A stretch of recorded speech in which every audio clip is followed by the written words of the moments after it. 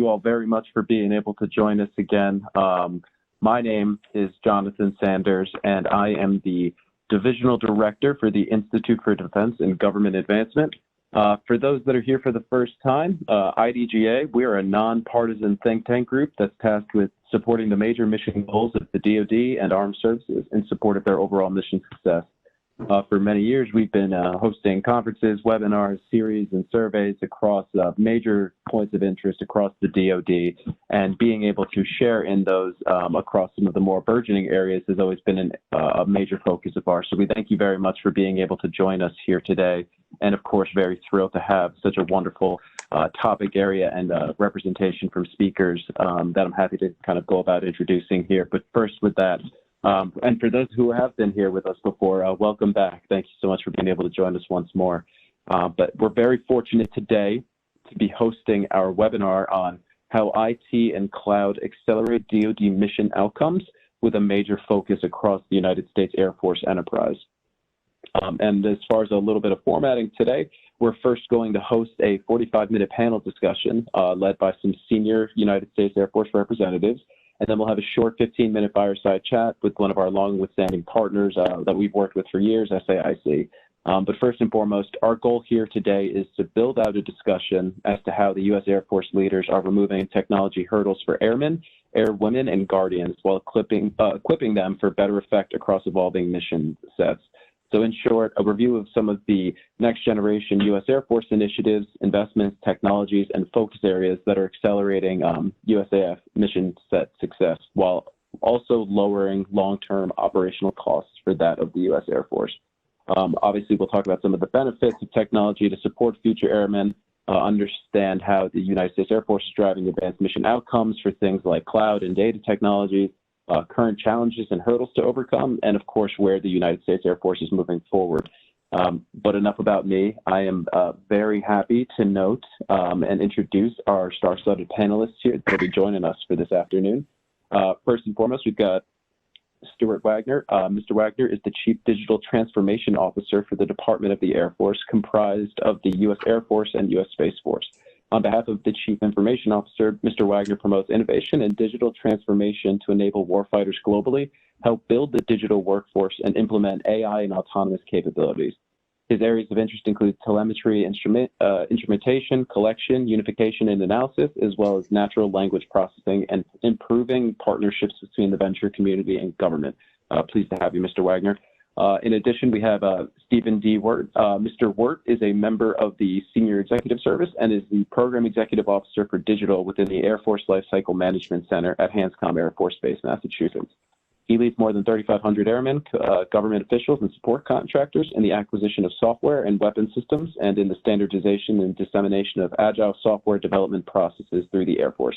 PEO Digital also executes a $19 billion FYDP portfolio of ACAT, non-ACAT technology transition and foreign military sales programs. He reports directly to the Service Acquisition Executive and is a milestone decision authority for delegated ACAT 2 and all ACAT 3 programs in the PEO Digital portfolio. Pleased to have you, Mr. Wert. We've also got Mr. Scott Owens. Mr. Owens is the Deputy Program Executive Officer for Command, Control, Communications, Intelligence, and Networks within Air Force PEO C3INN, Hanscom Air Force Base, Massachusetts. He provides oversight and assistance to the 2,200 men and women who develop, deploy, and sustain a $10.9 billion portfolio of cyberspace networks, cryptologic, and data link systems to the Air Force, joint and coalition warfighters to enable decisive combat operations. And last but not least, we have, for our panel discussion, I should say, we have Dr. Barakat Tanju. Dr. Tanju is the Command Data Officer at Air Combat Command within the U.S. Air Force, and he serves as an advisor to the ACC Commander for planning, conducting, evaluating, and coordinating the advancement of data science and digital engineering technologies and the corresponding experimental demonstrations of prototypes and systems within ACC and within other DoD laboratories and agencies. He's responsible for establishing the data governance program for ACC, including the mission-oriented data and analytics strategy and implementation plan, education program for ACC internal teams, and defining tools needed to support the ACC CDO program. And following our panel, we're going to have a bit of a 15-minute fireside chat with Bob Ritchie, VP of Software with SAIC. Mr. Ritchie is the VP of Software Practice with responsibility of leading over 4,000 software engineers in support of executive-level project teams, providing technical direction and expertise for SAIC enterprise modernization initiatives.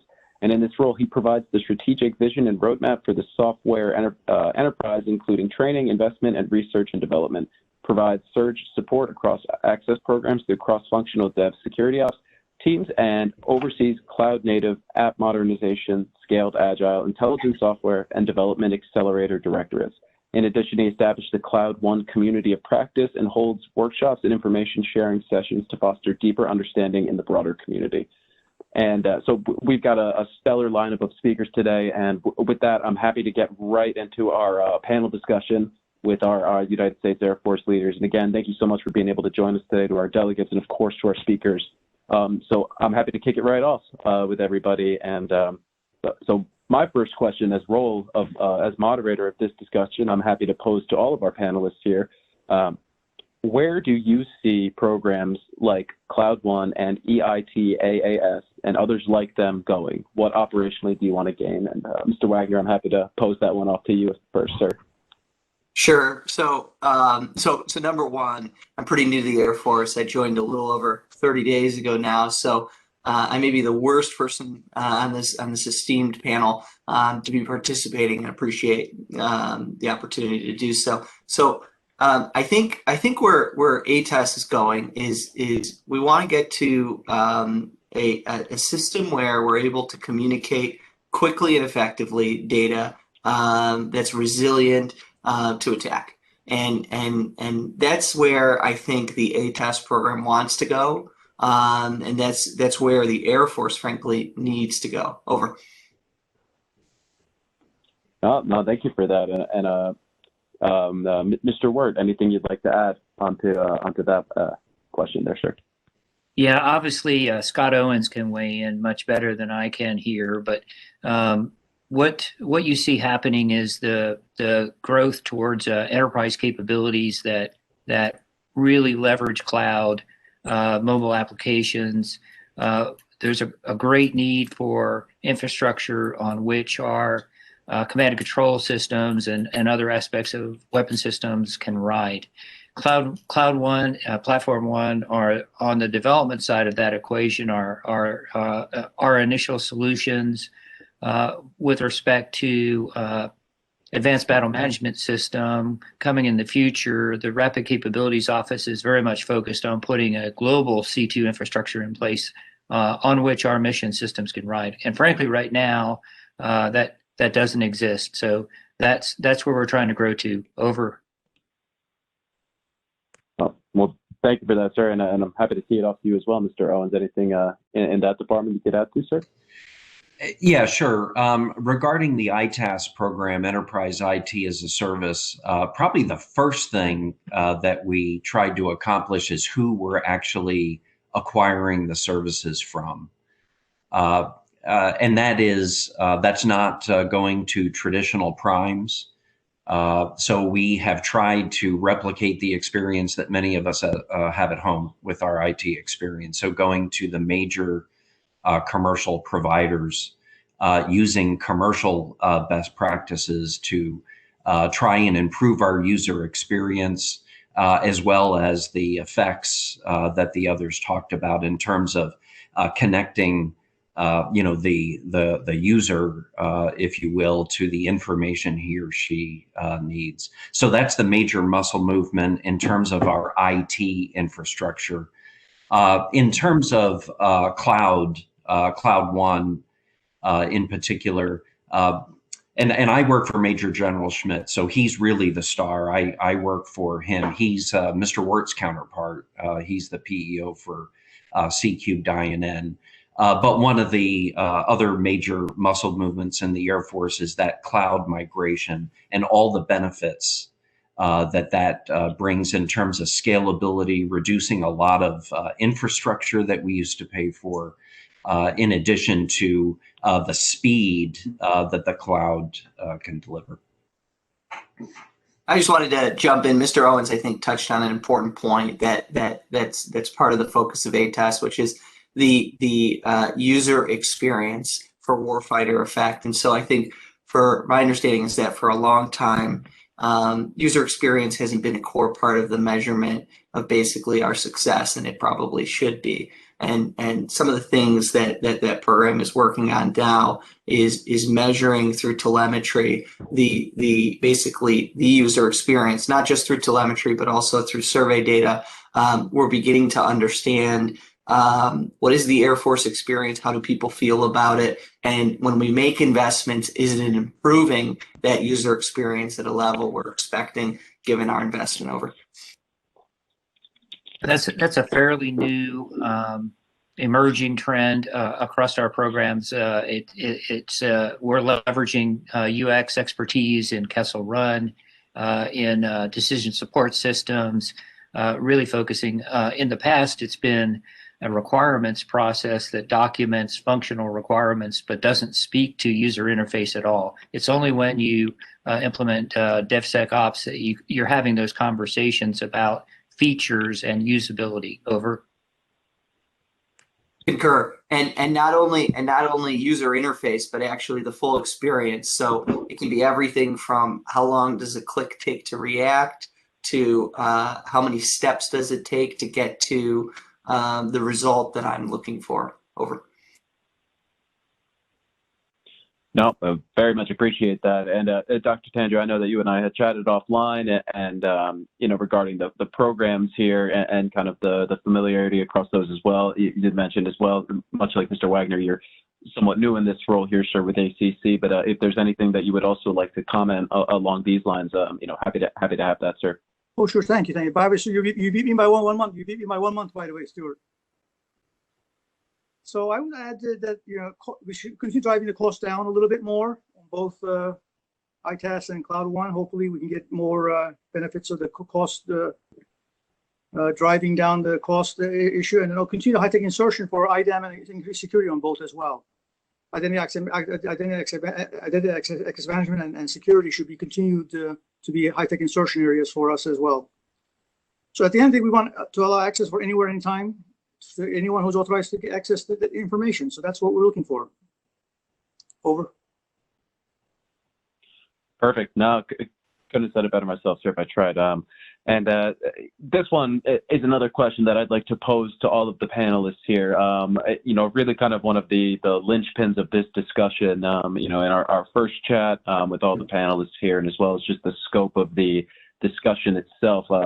So regarding the future of cloud, where does cloud need to go to support the future of all of your missions? Like the need for higher classifications in the DoD, cloud, and multi-level security within that. And Mr. Owens, I would love to pose this to you first, sir. Yeah, sure. If you step back, the Air Force is really in the early innings of this. So there are lots of places where the cloud is not. And there are lots of users that aren't supported yet. So there's, you know, very much a need to build out the infrastructure. You mentioned security domains, and then getting between those. There's also sometimes a great chasm with the operational user. We often refer to that as at the tactical edge. So getting that compute and all of those tools that will ride on top of that, in terms of automation and learning and AI, you know, we don't have a place for that to sit yet. So in terms of where does the cloud need to go, we've started working with commercial providers, Microsoft, Amazon, others, but we need to build that out, you know, horizontally. To be able to get to those effects, the JADC2 and ABMS and even the digital transformation that the Air Force is really focused on. Yeah, my short answer is the cloud needs to go everywhere, right? So right now we have an initial enterprise solution that's basically CONUS, but Kessel Run has had to build out global infrastructure with regional nodes in order to support just the AOCs, but that won't scale for many of our other weapon systems. So it needs to go everywhere. It needs to be a supported, secure, robust infrastructure for global command and control. For example, we service mission planning for all the combat Air Force, most of the combat Air Force fleets, all of the mobility Air Force fleets, and for most of our foreign military sales allies. So you can imagine how many different enclaves you're trying to address now with our partners. So not just multiple security levels, but coalition access as part of it, and then you're going to get into all those multi-level security, cross-domain solutions, all those things. Over. Absolutely. Mr. Wagner, anything that you would like to add there as well, sir? You know, I think Platform One and Cloud One have done really great jobs in leading the way on cloud development. I think our speakers covered a good deal of points. I guess the only thing that I think about that wasn't yet covered is kind of the thought process around connected and disconnected cloud. So I think when we've got kind of systems, weapon systems, like for example, I think my boss, Ms. Knossenberger, was just talking today about her Tesla, and she was saying, you know, when my Tesla disconnects from the internet, you know, the car doesn't shut down. It keeps driving. It still keeps working. Autopilot remains engaged. And when it reconnects, you know, it basically is resilient enough to upload the data that was there. If there was some data that was lost during that disconnected state, it's fine. And it can continue driving and their system can continue training. I think from a cloud perspective, the connected environment has been quite good. What I think we've perhaps haven't focused as much on is what happens when that network fails for a moment? What happens when it starts to degrade, right? What happens when we start to get, what if our network speed, you know, goes from you know, optimized 100% to 50%? What happens to our systems? Do they mitigate by sending less bits over the network? I don't think they do right now. So I think that that's one area where I'd like to see more. I think another area where I'm really passionate and excited about is there's a program where we're beginning to collect. We are collecting telemetry data off of our weapon systems like fighter aircraft, and currently that telemetry is collected when the flight lands. The data is pulled off through recorders, and then it's uploaded to a system. And I think where we need to go next is we need that real-time data coming off of our weapon systems directly to the cloud. And so those are some areas where I'm excited about. As for the general cloud discussion, and I worked for Microsoft, I was actually at Azure where I was a software developer. You know, I view the cloud system a little bit. I know that people are really excited about it. I view it as just simply the availability of compute and storage that's programmable and elastic. And so the benefit of that is, like, I can scale up, I can scale down, but I'm not as perhaps passionate about let's move our software to the cloud because I want to move from X machine to Y machine. I want to know, I'm interested in what are the benefits of it and how does it connect us better? And that's my area of focus with cloud. Over. Thank you. Very insightful, obviously, and I think it adds a lot of value to the overall discussion where we might need to be going and what we need to look at. And Dr. Tanju, as well as over to you, sir. Is there anything in your side of the house that you'd like to share here, sir? Well, I would say that how does cloud and EIT assist ABMS and JADC today is the question. Was that the question? How does it do it today? Oh, right. Yeah. Along with how we do it today, you know, where does cloud need to go to kind of support for the future? Sure. Exactly. Yep. Well, I mean, today we're already getting the benefits of cloud from elasticity, discoverability, accessing cook capabilities that were pointed out by my colleagues there. For ETAS, I would say that when it's in place, it'll provide us with the basic NIPR and SIPR backbone network capability for all systems in Air Force. Now, notwithstanding expanding that to other locations, all that's understood, but eventually it should give us the NIPR and SIPR networking for all systems, including AWS and JADC2. And then I would say the cloud capabilities that were mentioned were right on. We're benefiting from those today, and that will expand itself in its present course. That's very good for us, by the way. Yeah, that's good. Yeah, back to the disconnected ops comment. So that's one thing that cloud-based infrastructures can give you, which is the resiliency to move the mission. So 2 examples, Air Force Distributed Common Ground System, which is our ISR, processing, exploitation, dissemination, is a global weapon system as well. And it has migrated to a hybrid cloud environment, so they're on-prem capabilities as well. We can move the mission on the fly based on monitoring the network and seeing where we need to move it. Air Operations Center, similarly, is a hybrid cloud environment. There are regional nodes. We actually now can re-aim users at one AOC to a different regional node, perform maintenance, and aim them back. And they never even know we did maintenance. And we didn't have to take the system down. We didn't have to schedule it. Those kind of resilient solutions. Ultimately, we're not out at an edge device yet, but that's what comes next. Over. Absolutely. No, well, thank you for that additional insight there, Mr. Wert. Obviously, JAD C2 that coming up, obviously already in our discussion here. So I'm happy to kind of dive right into that. And of course, I'd love to preface this one with you, Mr. Wert. So how, in your opinion, sir, how does cloud and EIT assist ABMS and the JAD C2? What does that look like to you, sir? Yeah, so I know it's been confusing for industry probably see where all this is going. So ABMS initially was a separate program element. We had a chief architect, we still do, and then more recently, the Rapid Capabilities Office was named the integrating PEO. All of that is sort of organizational structure and internal dynamics.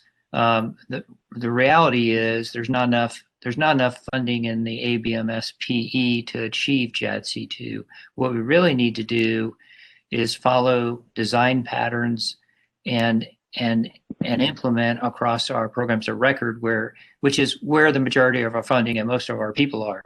So that's what we're kind of aiming at more recently. And the earlier comment that was made about instrumenting our systems, instrumenting our software, absolutely necessary for ABMS to have access to the data, which it can use. Everybody talks about machine learning and artificial intelligence, but in many cases, it's simply using the data in a deterministic manner, or even an optimization algorithm that can save us a lot of money, which is what the tanker planning tool and Magellan and Pythagoras type algorithms can do. We don't have to get all the way to machine learning and AI in order to save the Air Force a lot of money and free up a lot of airmen's time. Over. Absolutely. And Mr. Owens, care to comment? I saw some agreement there, it seemed to see. So anything you'd like to add, sir?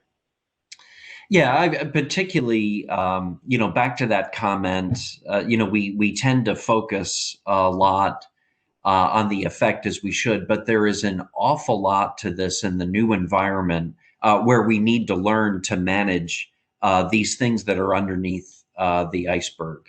And we need to be able to model this. Just a quick story. As we were beginning our migration to the cloud, the early adopters were primarily from the functional communities, the logisticians, finance, and that didn't have nearly the operational impact that we have today. So one of the things we discovered, not if but when there is some glitch along that transactional path and something goes down and a contract can't be awarded or a pay doesn't go out, all those important backshop things, we realized that, hey, we don't really have the governance and the infrastructure to operate and maintain in this environment. So that, that's just a, example of there's so much to this underneath the iceberg that we have to get to, in addition to those things that, most of us have our eyes on. Yeah, it's not the sexy part, but in both of those examples I mentioned earlier about OA, DCGS, or the AOCs, one of the lessons learned is part of what we're doing there is to own our own infrastructure. The downside of that is now you own your own infrastructure. You have to manage it. You have to support it, and that whole area of day two operations. So big learning journey in that area, which is not where most people initially look at when looking at the cloud.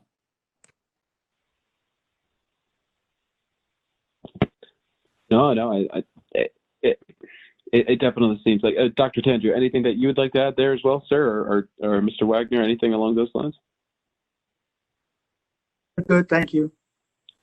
I think Mr. Wert's point to collecting the data, I've been spending, and I've mentioned this in a couple of other questions, but I think that certainly the collection of the data, the collection from our sensors and moving it quickly is a very important part of this. But the data that I'm actually in my role most interested in is the telemetry data. And there's basically three reasons or three effects. And I think Mr. Wert was getting to it. The first one is understanding the health of our systems. So if we're able to connect these systems and collect telemetry data off of them, we can understand reliability, performance, and power. We can start to produce dashboards that make sense of the health of our systems. What's the state of them? What's the connectivity from a network perspective? What's the armaments remaining? How much battery life is left if some of these systems are running on batteries? These are all questions that I'm interested in answering, and I think ABMS is interested in answering, that I'm not sure today yet that we're at. The second benefit is then similarly, if you can monitor the health of these systems, you can intentionally degrade these systems to stress test them. And that's something that I think we're interested and excited to do as well, especially as you start to look at kind of wargaming scenarios. Instead of wargaming them in the room, maybe we can wargame them, out in the field, and start to see actually what happens when certain systems go down. And then third, certainly Mr. Wert's point is that we can build on top of this data. And so we can certainly produce AI and ML algorithms, start to use those to automate the process. If I have telemetry data on a plane, I might be able to build an algorithm that flies that plane. If I have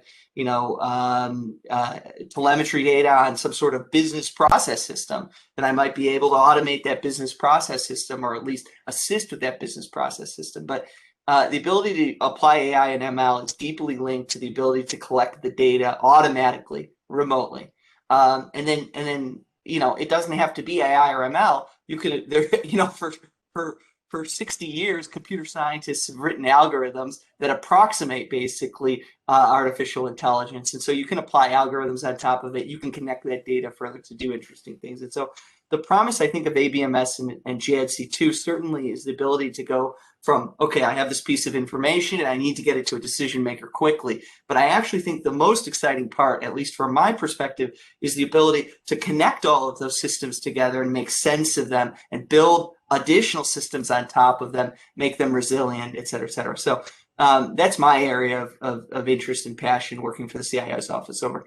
And as an acquirer, there are huge affordability implications when we have a better, sense of our instrumentation of our experience. So it's a big Air Force. So categorizing a lot of that use, I think the attributes of modern IT in a cloud will allow us.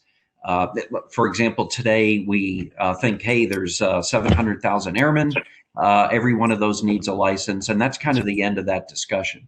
But if we understood the nature of our use, we could tailor that, be a lot smarter buyer of IT with that knowledge that not only can be applied to the mission domain, but also business intelligence.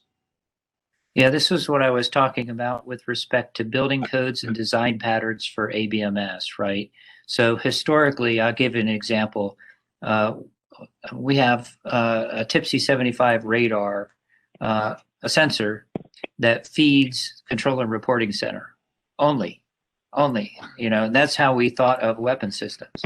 So part of the design pattern we're after with ABMS is every weapon system needs to be a producer of data for uses of which we may not even be able to imagine today. A producer of data. It also needs to be a consumer of data, and as was mentioned, a consumer of data on itself to be more effective and be able to predict reliability failures, as was mentioned. So that's that set of design patterns that I'm talking about. Mr. Wert, I'm curious. I'm curious. Oh, I'm sorry. Please go ahead, Mr. Wagner. Please do.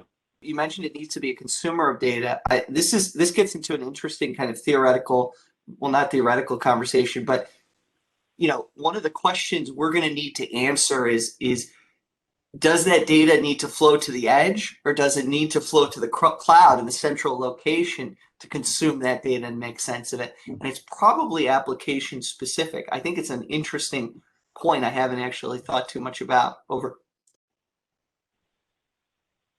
Yeah, as we characterize workflows, there's a broad spectrum of that. I actually had a bit that I would like to kind of toss in relation to this, and so much about the assets, of course, it just got me thinking, and Mr. Wagner, just in light of some of the lines that you had been mentioning here, how do you kind of reflect on this general, conversation that we're having on this question here, as it reflects on space C2 modernization, especially with like the contested space challenge? What does that look like to you, if you can comment there? Sure, and I'll say this: like I cannot overemphasize. I'm only a little over 30 days on the job. I don't know if you're familiar with the Dunning-Kruger effect. The Dunning-Kruger effect is where you learn a little bit very quickly, and then your confidence grows far higher than actually your competence. And so I want to note I'm subject to the Dunning-Kruger effect, potentially quite subject to the Dunning-Kruger effect. So how do I think this plays out? So I think that from a C2 perspective, I've been reading, the book is somewhere behind me, The Kill Chain, and I think my thoughts kind of closely resemble or align there. I think a couple of things are going to be really interesting. Number one, just kind of the history of the United States military, our democratic values. We have near peer threats. I think we're unlikely to be the ones who attack first. I don't think that's our country. We have preemptively attacked perhaps one time before, but it's most probable that our peers attack us first, and so we will be fighting if there is some sort of kinetic war in the future. And I hope there is not, and certainly there's already potential cyber war going on. We will be likely fighting in a degraded state. And so when I think about C2, I think about the need to prepare deeply for that degraded state, to operate effectively in that degraded state, to test regularly in that degraded state.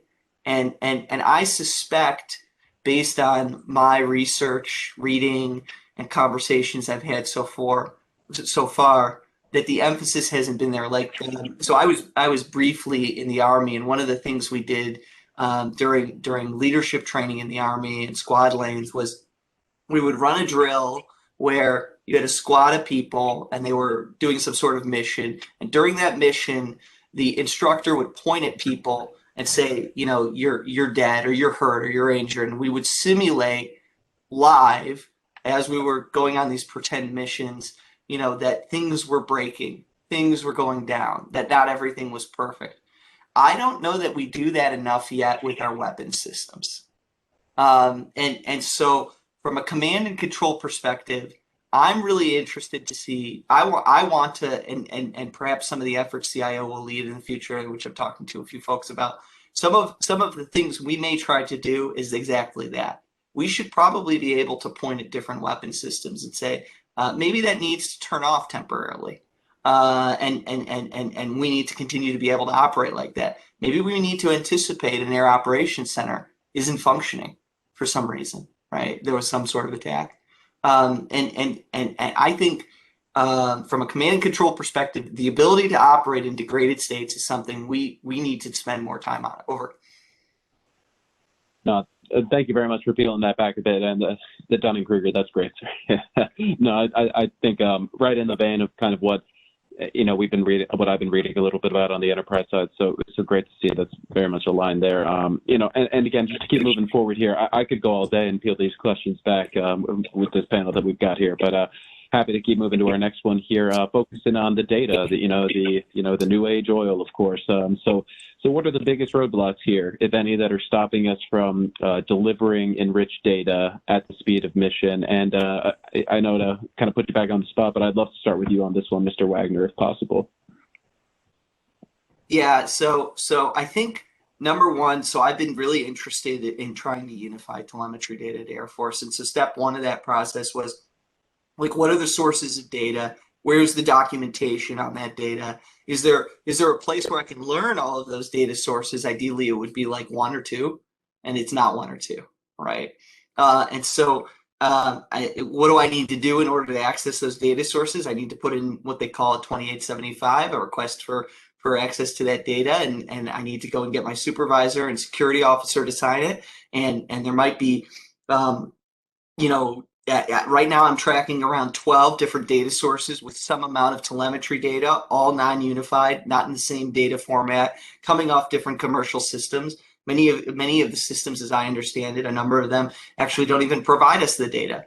And so how does that experience make sense I don't think it makes sense today. So I think what we need to do, perhaps I'm not saying that we need to collapse all of our data storage structures into one system, but like when I was at Microsoft, I as a software developer, I was trusted to access data. Occasionally I needed to put in a request for very privileged data, but generally I was trusted. If I wanted to access, a SQL database, I could do so. If I wanted to access something called Cosmos there, which was kind of like a big data store, I could do so. And so I think we need to make it easier to request access through one unified system, even if the ATO systems exist in different places. The experience from a developer right now is poor and needs to get better. So number one, I would want to be able to access that data. Number two, I don't think we've if we haven't unified access to the data, we certainly haven't unified documentation about that data. And so number two is kind of like discoverability and then ability to understand the data you're looking at. So I look at data all the time, and I'm a software developer and worked as a data scientist at OSD, and I have trouble making sense of the data, not because I don't think I'm an idiot. I think it's because it's not described what that data is being collected. And so if I can't understand what the data is, how can I reliably use it for a war system? I don't think I can. So now I need to make phone calls and talk to different people and figure out what that data means and go by the trust of the word of someone. So I think number two on that list would be, we need documentation. Where's the data located? How do we do it? Perhaps a data catalog to find and discover the data we want to focus on these interesting problems.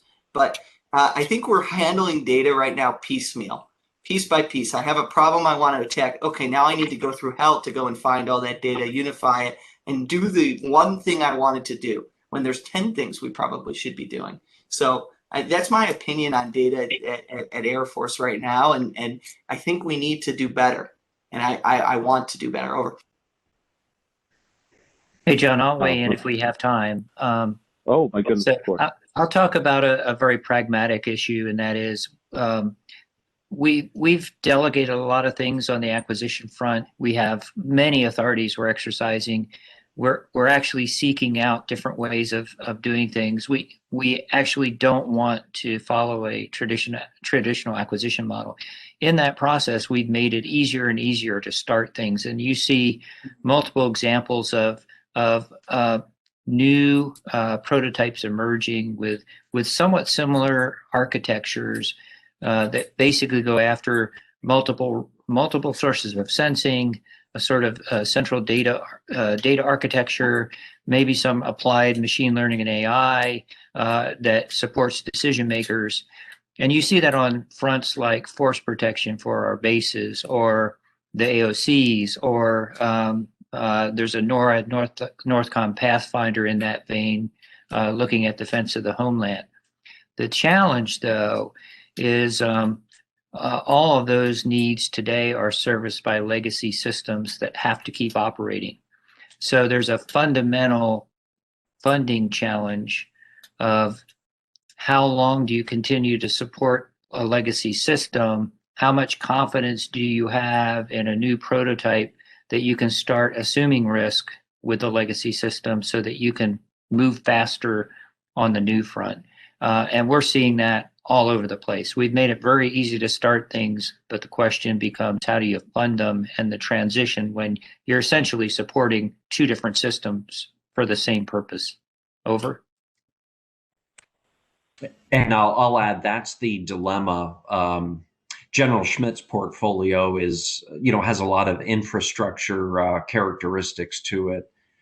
So doing anything on an enterprise scale is very difficult for the reasons that Mr. Wert just described. But it's not just keeping the legacy thing going and trying to do synchronized swimming to the new thing, but getting the entire Air Force on an enterprise solution. Lots of challenges there. Do appreciate that, and very happy to note that we've got a little bit of time here. Happy to run through two more questions. Of course, want to poll these out if our panelists have a couple more minutes. Happy to give us about 5-10 extra minutes here. No problem on my end. But in kind of light of this, obviously we're talking about a lot of changes here across the enterprise and kind of what that looks like and the methodologies and how we're going to change it. But that's all well and good. But one of the things that obviously could potentially be overlooked is that of user experience, right? So how are we talking about ways that we can make user experience within the enterprise better for airmen and airwomen? And Mr. Owens, I'd love to be able to start with you on this one, sir, if you'd like to kind of chime in here. Yeah, sure. We talked about some of the elements in terms of the quantitative ways that you can, click to action, or the clunkiness, having to click 5, times, that sort of thing. But another aspect of user experience is the number of devices that you have to deal with. So a lot of work is going on to reduce that device footprint, if you will, which will also be, save us a lot of money as well. And then Mr. Wert had mentioned software, particularly when it's developed alongside the user at the same time. You're accommodating that person that's ultimately using it. And the last thing I'll quickly say about user experience, it's more than minimizing, looking at the wheel of misfortune, or however you call the blue circle. This is about retention. We are trying to attract the best talent to come into the Air Force. And if your office cubicle looks 30 years old and your IT experience looks, who's going to want to work there? So it's more than just a readiness issue. It's a workforce retention issue. Yeah, with respect to our current Air Force, I'll give you an example.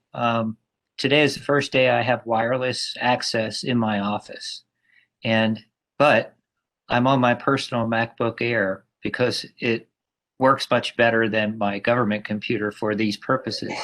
So I'm now going back and forth. When I'm teleworking from home, I have 5 electronic devices on my desk and they all work. I go in the office and I have a government computer and a landline phone. The remaining problem here, by the way, is I still don't have cellular access. So I can't get on CVR Teams because I can't get my password to go through. The good news is we're going to have to solve these problems as we come out of COVID.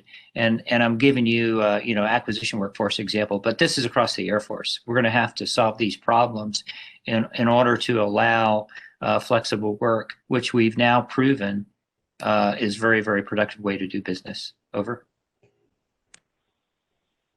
I'll just, Mr. Wert, I'll add, there actually is a way to get to actually have Microsoft's authentication, two-factor authentication, call your landline. But the problem is, again, the documentation and information hasn't been provided for you to know that. So I think you know it's not. I did. Hey, thanks, Stuart. I did know there are alternate ways to do it. The problem is I don't want to be at home and it called my office. Oh, interesting. You can't put two. I thought there would be a way to put two on, but that's an example of the user experience not being thought through. Over.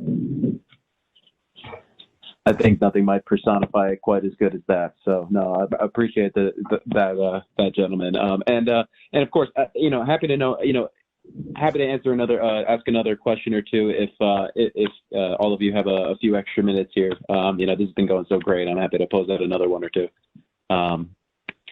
With that, obviously, we talked about the user experience. That's really great. That's important, obviously. But one of the bigger things here as well, and I know that we touched on it a little bit here, but obviously regarding acquisition, and trust me, I know that there's obviously acquisition authorities above and what plays there as well. But so, what are some of the ways? And obviously, Mr. Wagner, you talked about how you'd worked with Microsoft and your familiarity across the commercial space there. So, what are some of the ways that the Air Force is adopting new acquisition strategies to take advantage of some of the commercial innovation that we are seeing? I'd love to hear everybody chime in if possible on this one. I'll jump in if you don't mind. So we had the benefit of a former SAE now, Dr. Roper, and one of his comments was with respect to strategies, he asked the PEOs to make him nervous. I mean, that's, make me nervous. I don't think that you can. And we've tried, but the breadth of the different approaches we're using is just amazing. So, really pushing work to small business, working aggressively with startups. We were a big part of the pitch day activities, other transaction authorities, mid-tier acquisition. We actually discovered an acquisition authority we're pretty sure nobody else has used and took it to Dr. Roper, and he said, I love it. So there was no way to make him nervous. And I'll just give you one example of a disaggregated strategy. We actually have an ongoing program where GTRI, Georgia Tech, is doing the proof of concept. We're going to a small business for production, and we're going to the Maine Air National Guard to install. Just go. Just do it. So that's the kind of things we're doing today. Over. At the risk of repeating myself, we really have been given every authority, from Congress to be creative and think out of the box. Sometimes it involves decomposing the problem. In our old way of thinking, we write a requirement for this thing, and it's all contained in that weapon system. And with the global footprint of IT, and particularly, the commercial and the scalability, we're kind of figuring out that sometimes we can decompose the problem, have some of it live over there and have some of it live. Again, it's really a benefit of that characterizing the data flow and the workflow and the mission, the use case, and to figure out what is exactly needed. And it's no longer one big thing. So we haven't begun to explore that yet at all. But the other piece is just expanding who we're talking to. Most of my career, it was traditional primes, and that was the extent of it. And as Mr. Wert just described, accessing dual use, and by that I mean MIL and CIV approaches. We think in the military side that everything we do is just so unique. But when you decompose a problem and think of it in terms of information flow, you realize you're not as special as you thought. There's a boom at the end of it. That's kind of neat.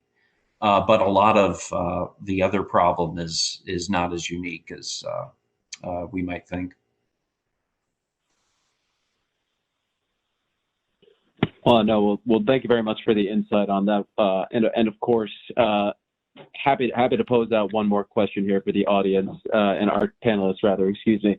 Obviously, I don't think any discussion would be complete talking about the areas in which we are succeeding, the areas in which we are moving forward, and hope to kind of leverage for future capability without alluding to, as we had somewhat in this conversation, as to some of the challenges, some of the pain points. And Mr. Wagner, in our first call, you had mentioned this. Saying, what are the things that we aren't doing that great of? And I think that's equally as important to discuss when you're thinking about where do we want to be, where do we want to be going.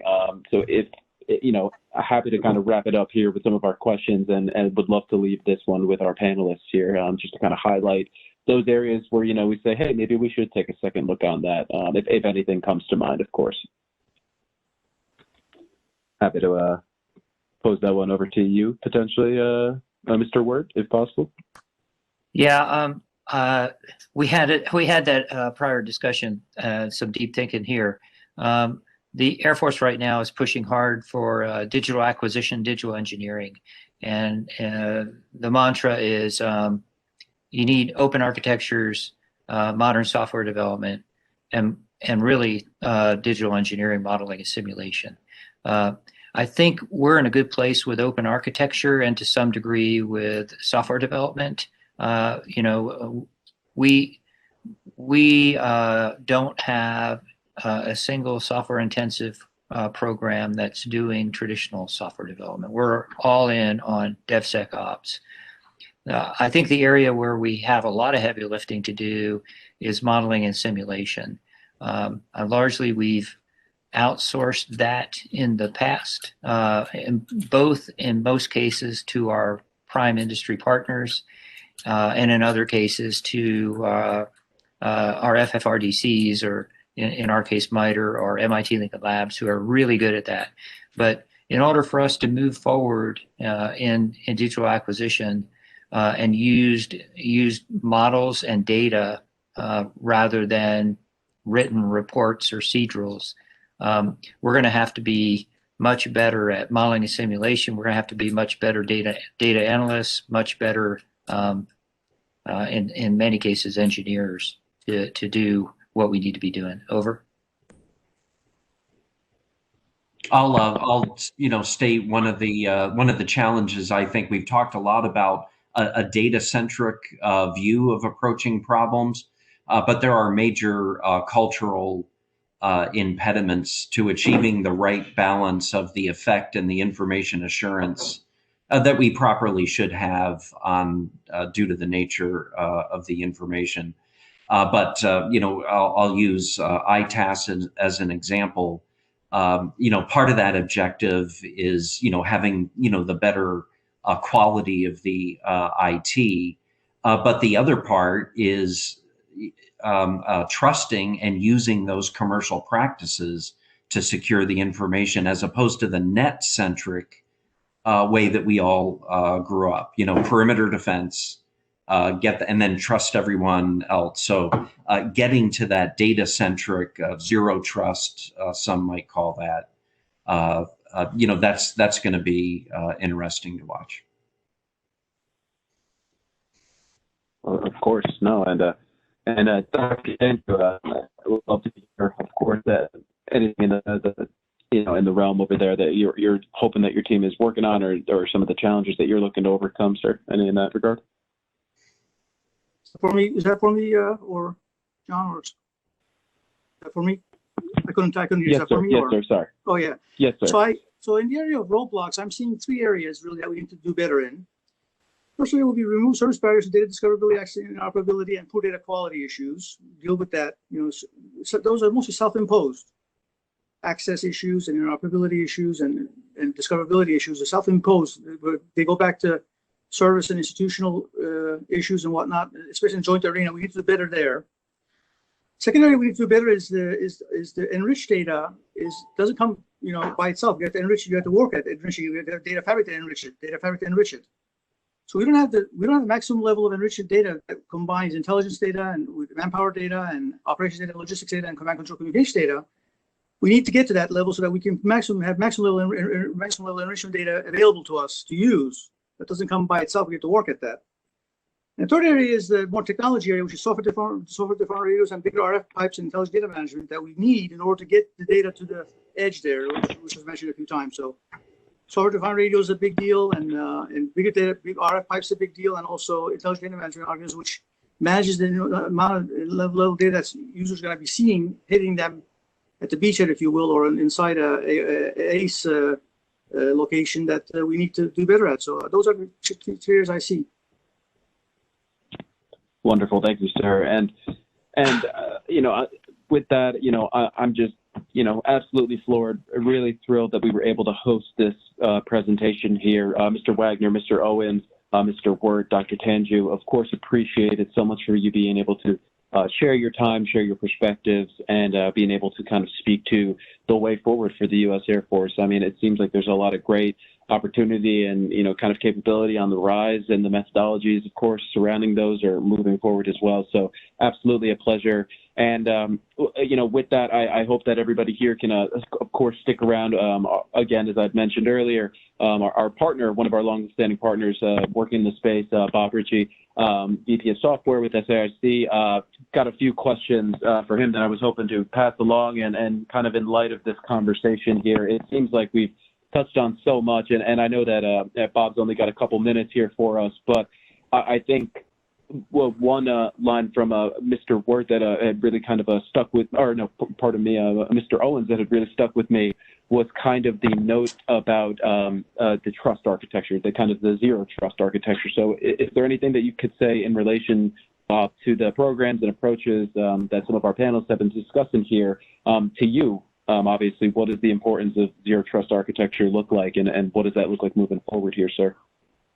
Absolutely. So thanks so much. And yes, Mr. Owens, Mr. Wert, the whole panel had touched on kind of zero trust as, if not a direct implication, a underpinning and implicit requirement. So zero trust as an architecture is of paramount importance to establish that level of connectivity. I think Mr. Wert and Mr. Owens were kind of riffing off each other also from the standpoint of endpoint and device management. So when you think of zero trust as opposed to traditional, high wall, castle moat type of mentality of security, requiring GFE investment, VPN-based security, and really getting to more software-defined networking, software-defined policy, and a globally distributed policy engine are kind of paramount pillars of what's needed.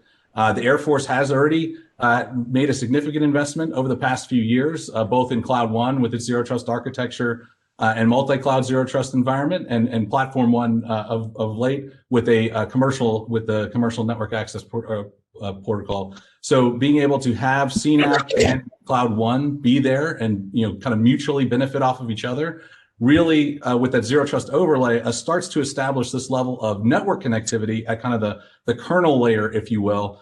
But then even if you take that concept of zero trust and what the Air Force has really expanded it to mean, is zero trust in a cultural, adoption of zero trust. So whether it's zero trust of your software supply chain and starting to be able to embrace innovations in open source because of continually vetting the supply chain, whether it's coming from a traditional third-party COTS vendor or open source, establishing that lack of implicit trust of who's providing your software really allows you to innovate and move fast. And then if you extend it vertically up the stack, we talk about downrange and extending this concept of cloud to the edge.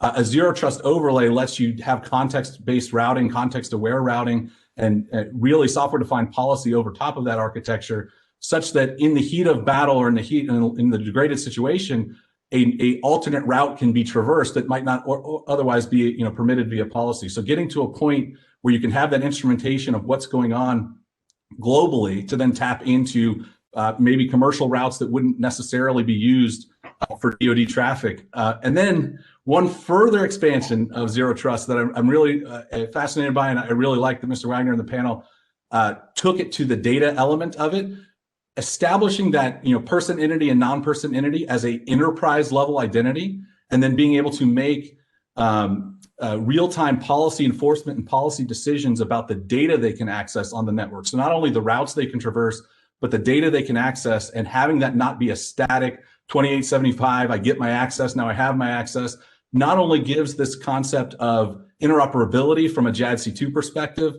interoperability of weapon systems from an ABMS perspective, but then that joint and coalition type of interoperability during wartime, being able to turn on and off with a software push, additional data elements, and then having a streaming data architecture, a streaming analytic platform overlaid that zero trust network, really, and having those streams available and discoverable in a catalog. I think Mr. Wagner hit on it really well. To be able to determine have it attributed properly from a metadata perspective, who's the steward of that data, who's the governance of that data, what's the timeliness of that data, how does that data move throughout this logical cloud everywhere construct that has edge presence, has obviously the global cloud presence, and that zero trust identity being able to grant that real-time decision about should you be able to see these streams, should you be able to see these data elements in these streams, starts to really expand kind of the MLS requirements, the multi-level security requirements that is really going to be paramount for JADC2 and ABMS.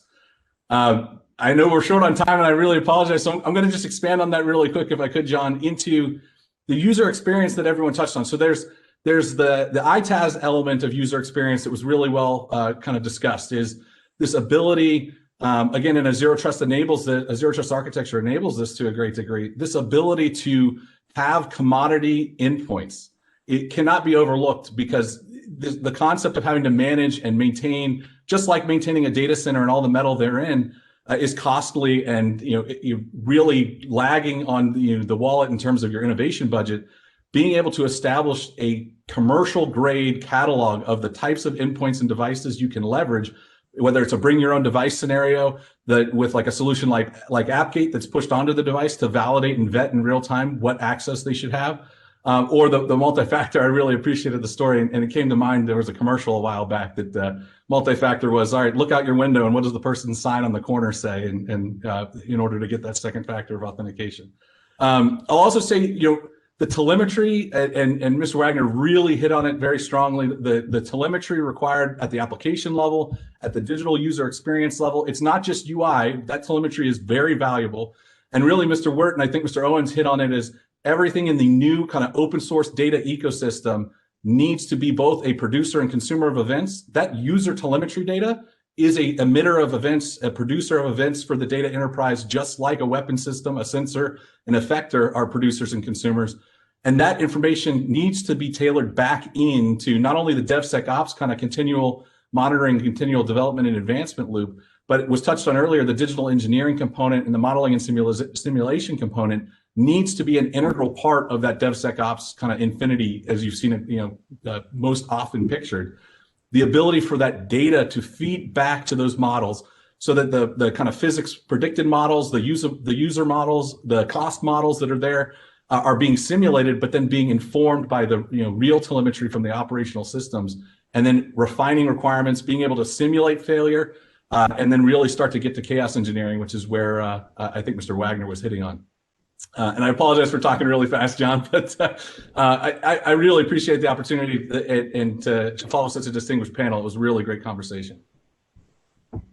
Oh, Bob, we're thrilled to have you. No, and really great, obviously, being able to kind of add that insight. And of course, I know you're in total rush here, but yeah, really do appreciate that, sir. Obviously, had a great panel here, and I'm glad there was so much synergy, obviously, between that and kind of the remarks you were bringing as well. So, and again, folks, just before signing off, I really just want to make sure and thank you all for your time for joining us today. Of course, to our delegates and all of our speakers for taking the time out of their busy schedules. Again, Mr. Wagner, Mr. Wert, Mr. Owens, Dr. Tanju, Bob, Mr. Ritchie, really do appreciate it, all of you being able to join us, and let's keep the conversation going.